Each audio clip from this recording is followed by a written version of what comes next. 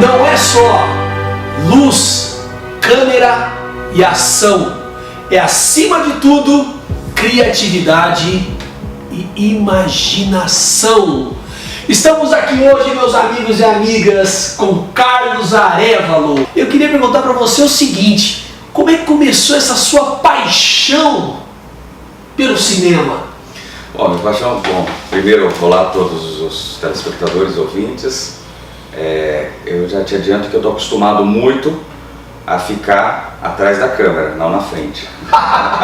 Então isso gera um certo desconforto. Eu fico nervoso, eu não tenho essa ansiedade de errar, de ficar da imagem. Eu acho que a imagem é muito subjetiva, né? Cada um tem que se aceitar como quer. Acho que quando a pessoa fica com medo de ficar na frente da câmera, é o medo de errar, é porque não está acostumada a ver essa imagem. Eu, na verdade, o que eu não tenho jeito. E o errar faz parte do saber. Exatamente, né? A partir disso que a gente evolui. Mas aí eu não estou acostumado a estar à frente das câmeras, por mais que o meu princípio, a minha inspiração foi meu pai, que sempre esteve à frente das câmeras. Ele é ator de publicidade e de cinema, fez aí diversos filmes e muito mais publicidade. Engraçado que ele tinha também umas mãos muito bonitas. Então quando ele veio, ele era argentino, né, de Buenos Aires, quando ele veio para o Brasil, começando a pegar um pouco da publicidade brasileira, ele era muito, ele usava a mão dele, então eles compravam a mão dele para trabalhar nos comerciais. Então aquela época era margarina Mila, leite ninho, toda a mão que aparecia era a mão dele. Então, enfim, mas eu só não vou viajar muito porque eu trabalho com cinema, então se deixar aqui a gente volta lá no Homo Sapiens, né, como a gente estava conversando, vendo o livro lá, a gente vai. Mas enfim, a questão eu tenho essa inspiração, né, de uma pessoa ligada realmente direto ao cinema.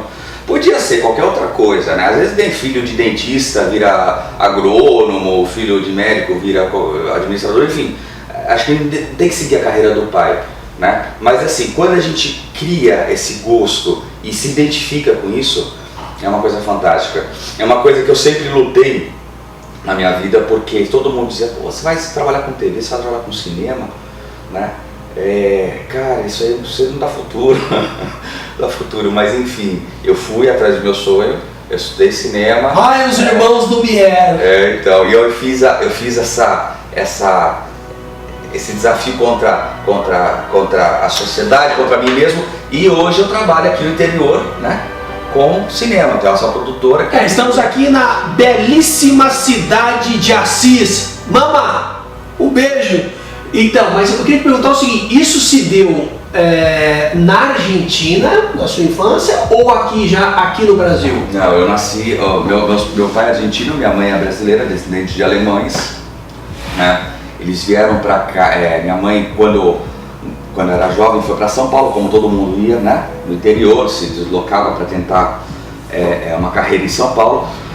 Meu pai, na década de 70, com a ditadura argentina, que foi a segunda pior ditadura, a primeira foi do Pinochet, no Chile, depois teve ali, e depois aqui no Brasil também, que foi terrível a ditadura. Enfim, ele saiu de lá porque eles faziam os trabalhos de teatro, de cinema, ele lia muito de teatro, da fotonovela, e tudo era censurado, né?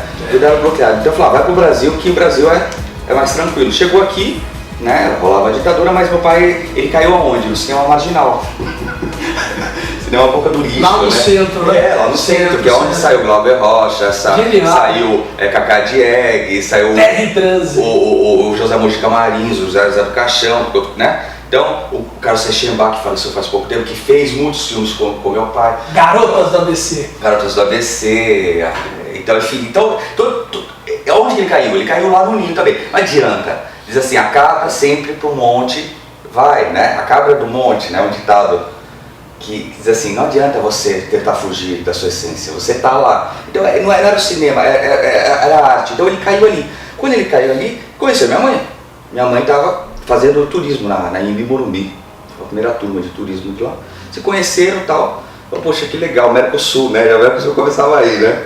Aí veio o primogênito, veio o segundo, veio o terceiro, mas na verdade antes disso eles foram para a Europa, trabalharam lá moraram na Espanha, em Madrid, moraram na Suíça, minha mãe ficou grávida, quando ficou grávida a brasileira fala assim, eu quero ter meu filho no Brasil, né?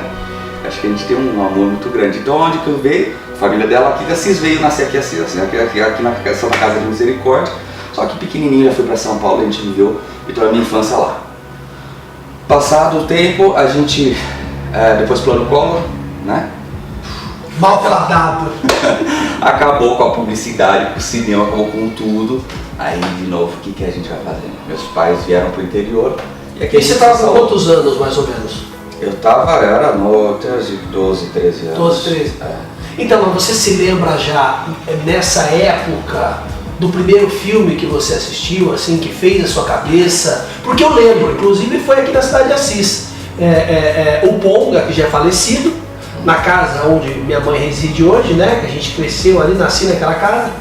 E muito interessante porque assim, ele levou o projetor e botou na parede da sala o filme. E eu devia ter uns 4, 5 anos, eu fiquei assim, extasiado com aquilo. Você consegue lembrar? Eu estou falando com você e essa imagem veio na minha cabeça. Então ficou gravado mesmo na memória. Você consegue lembrar do primeiro filme que fez na tua cabeça ou não? Incrível, né? Incrível, você falou agora. Ou sei lá, ou programa de televisão, qualquer coisa, enfim, ou o seu pai falando sobre, enfim. Você falando aqui agora, tá lembrando como é importante tomar cuidado com o que a gente mostra, que fala para uma criança, né? Claro. Porque com 4 anos mostraram um filme para você, isso marcou você pelo resto da vida. Com certeza. Então por isso que a gente tem que tomar muito cuidado, inclusive hoje com a internet, essas coisas, claro, né? Claro. A janela aberta do mundo, né?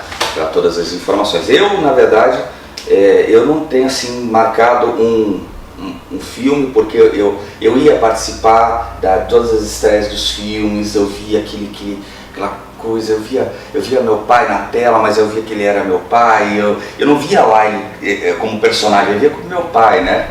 Como você conhece alguém, você tem essa ligação. Então é um negócio muito estranho, né? Trabalhar em sets, meu pai me colocou muito para trabalhar, ele queria que eu ficasse na frente das câmeras, em comerciais, vários comerciais de TV, então eu não tenho isso. Eu lembro que a gente ia em grandes estresses quando criança assistir, e não foi muito boa essa experiência minha, porque eu lembro que eu fui na época, agora acho que fecharam aqui cinemas da São João, né? Não, ali tá tudo fechado. Tá tudo fechado, tudo mas há um tempo atrás virou cinema de filmes pornôs e tal. Não, ali mas continua, a sacanagem continua rolando solta. Então, mas antes da sacanagem... Porque a pergunta que dá sequência é isso que você leu. Falar de sacanagem fica louco. É o seguinte, o que é o seguinte... Toma um café. Toma um café. O que te marcou... Não, tá aqui, ó, não é mentira, eu escrevi, ó.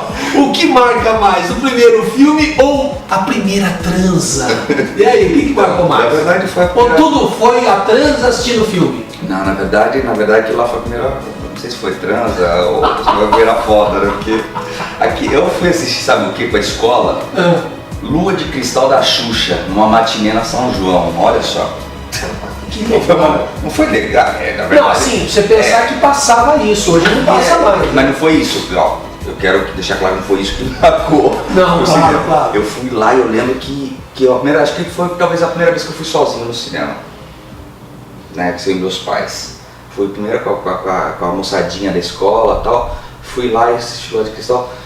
Eu lembro que eu fui assistir também aquela Férias Frustradas. O cinema americano estava muito em auge, porque o cinema nacional ele não tinha esse destaque. O que era o cinema nacional? Era o cinema marginal, era o cinema da Boca do Lixo, daquela da Rua Aurora, né, onde se instalaram todas as distribuidoras e tal, que tinha um outro cinema do pessoal da Vila Mariana, né, que já eram da classe média alta, né, mas não era esse tipo, eram dois tipos de cinema, então mas nenhum tinha destaque, porque o governo não queria que você se manifestasse culturalmente, né, politicamente, e o cinema a gente sabe que é uma visão crítica das coisas. Formador de opinião. Você coloca uma pessoa para assistir um filme de 2 horas, sem interrupção, sem tocar telefone, sem ninguém conversar, 2 horas, uma tela gigante, cara, você passa a acreditar naquilo. Quem nunca foi num cinema, assistir um filme e não passou a viver aquela história, não passou a acreditar no personagem, as crianças acham que são super-homem, que são Homem-Aranha, por quê? Porque aquilo te convence.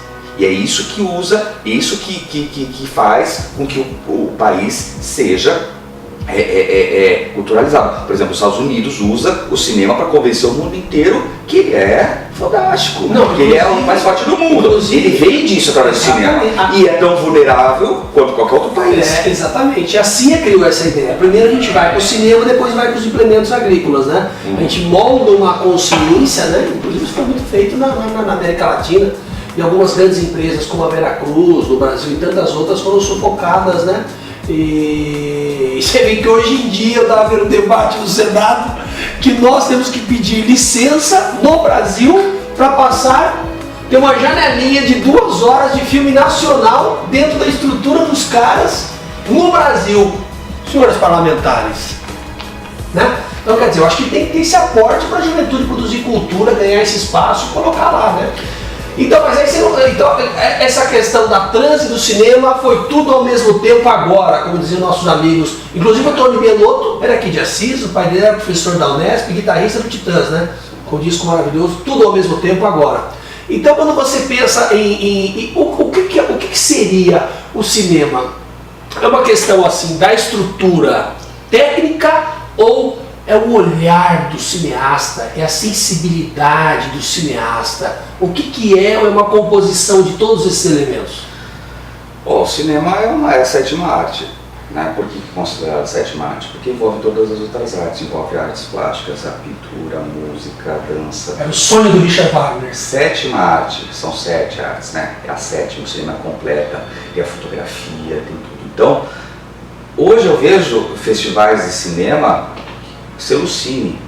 O cara pega o celular e faz um filme. Hoje todo mundo pode comprar uma câmera, todos os celulares que filmam fantasticamente bem, pode comprar uma DSLR, uma filmadora. O mais importante é a imaginação. É como se eu dou uma folha em branco para você, você vai desenhar alguma coisa. Se eu dou para o artista plástico, ele vai desenhar outra. Por que o dele vale mais do que você que não? Porque talvez ele tenha talento. E talento é uma coisa que a gente sabe. Você sabe, você é artista. Sabe que você deu talento para uma coisa, enquanto outros têm talento para outra. Cinema é isso. Só que cinema ele envolve muito mais. Ele envolve, você tem que ter talvez uma visão sobre a música, sobre a natureza do ser humano, sobre o comportamento do ser humano, sobre a fotografia, sobre a física, sobre o movimento, sobre as cores, sobre as formas, tudo. Então o cinema envolve tudo isso. Claro, eu não posso dizer que eu faço cinema, eu posso dizer que eu gosto de cinema. Quando eu crio um roteiro, quando eu faço uma ideia, quando eu coloco no papel e vou filmar, ainda mais aqui no interior, a gente tem o quê? A gente tem muita limitação. Se você perguntar no último filme que eu fiz, o que eu fiz? Tudo. Contei com um ator que abraçou a loucura de fazer, de sair filmar 4, 5 horas da manhã, porque a gente precisava pegar os cenários todos vazios, porque faz parte do espaço lúdico, do cenário lúdico do João, que é o João e o Mundo. Então, eu quero chegar aí. Enfim, mas eu quero chegar aí. Então é isso, né? Então tem todo um porquê. Quando você olha uma obra, quando você lê um livro, você entende, você vê a visão daquele diretor. E tanto que existe uma polêmica muito grande, de falar, olha, o livro é bom e o filme é ruim.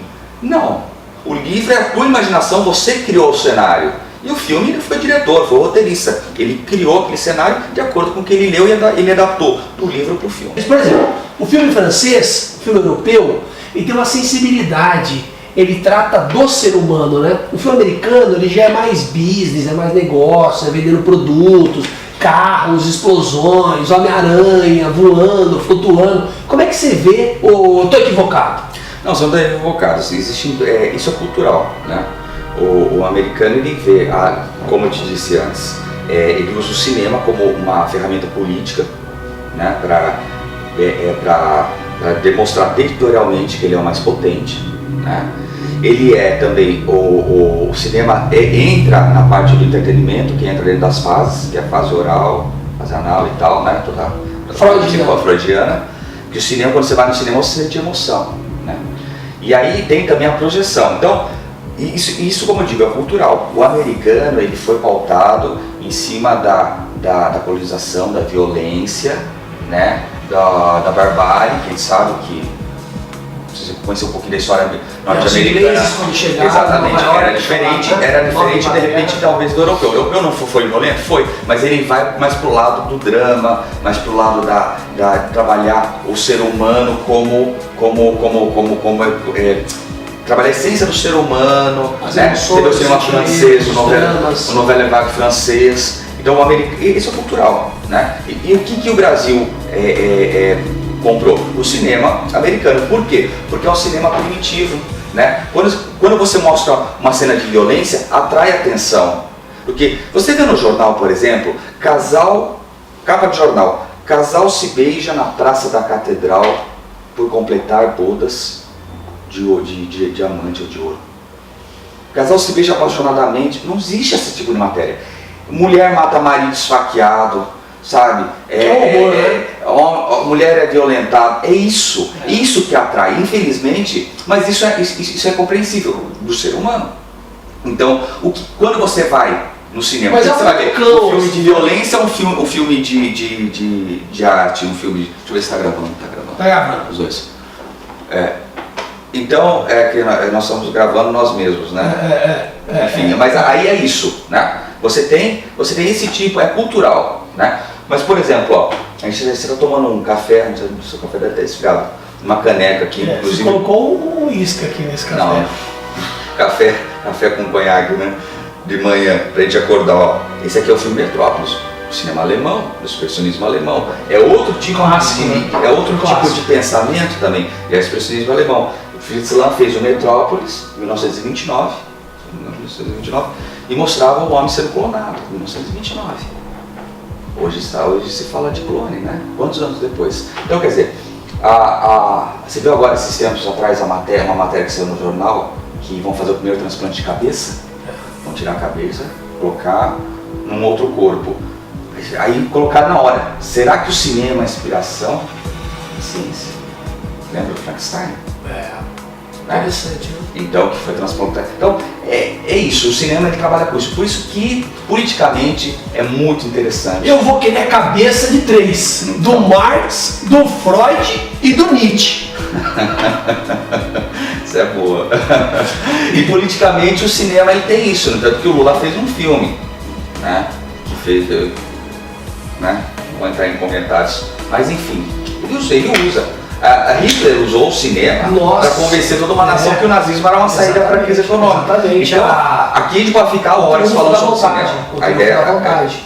Então, mas aí eu queria chegar nesse ponto que é a premiação do mapa cultural em primeiro lugar, 600 municípios no estado de São Paulo, e você ganhou o premiadíssimo João e o Mundo, que eu tive o prazer de assistir. E conta essa produção do João e o Mundo, o que você percebeu, qual que é a ideia central, o conceito central de João e o Mundo? Bom, João e o Mundo é um personagem contemporâneo, né? Que foi, na verdade, eu sofro de insônia, então às vezes nas noites de insônia eu fico pensando, putz, o que a gente pode criar? O que a gente pode criar? E eu canalizo essa energia minha, né? No meu trabalho, né? Eu tenho uma família maravilhosa, um ciclo de amigos fantástico, mas eu sou workaholic, adoro trabalhar. Então eu centralizo isso, e aí surgiu o João e o Mundo numa ideia contemporânea, que é a época que a gente está vendo da internet, das redes sociais, né? Do excesso de informação, né? Do excesso de dedicação de tempo, num celular, num computador. A gente sabe que tem gente que vive em cima do celular, né? Vive em função do celular. E João é esse personagem, é um cara metódico, né? É um cara que é um homem que tem sua vida isolada do mundo social, né? Social que eu digo humano, mas ele vive em função de uma rede social, né? Que é o Facebook. E ele é um filme curto. Por quê? Porque é um filme que eu fiz uma proposta de trabalhar uma fotografia legal, né? Com um personagem caricato, sem precisar ter diálogos, falas, sem ter outros personagens coadjuvantes. Então é mais difícil, porque como o Chaplin fazia, ele fazia um filme e ele tinha que contar a história, ele tinha que animar, ele tinha que te entreter sem falar. Quando ele começou a falar, o ficou legal, né? Então a minha proposta era essa, podia colocar diálogos, enfim, mas eu quis fazer isso. E surgiu uma ideia, e resultou um curta-metragem, né, um curta, assim, satisfatório. Eu digo que não esperava, é um projeto que eu tenho a cada ano, cada 2 anos eu faço a produção de um curta, agora eu vou produzir um média-metragem, que está ainda em concepção. Mas um filme é que nem um filho, você faz com todo amor e carinho, mas você não sabe se vai sair bom. Mas eu acho que, né, O João e o Mundo é uma obra universal, porque ele retrata esse universo da internet. E eu digo o seguinte, eu acho que se desligasse os botões da internet hoje no mundo, ninguém mais tivesse acesso às redes sociais, ia gerar, num curto período de 30 dias, uma depressão profunda e suicídio numa série de pessoas por não estar tendo contato com aquilo. Eu vejo as pessoas andando nas ruas com o celular, cara com moto, com carro, ali olhando e dirigindo. Já estão fazendo propaganda agora que as pessoas estão ocasionando acidentes por causa disso. Então eu acho que você foi muito feliz nesse conceito, entendeu? Foi brilhante, então... Não, mas o filme ele já foi produzido há mais de 2 anos. Né? Hoje a gente está vivendo talvez esse ápice. Né? Há mais de 2 anos estava se começando isso aí. Então eu consegui retratar isso do meu ponto de vista. Né? Então o João ele é, como eu te disse, é um cara que ele vive. Talvez se você tirasse a rede social, as pessoas ficarem em depressão. Eu vejo as pessoas ficando em depressão nas redes sociais, porque sempre a sua vida é mais bonita.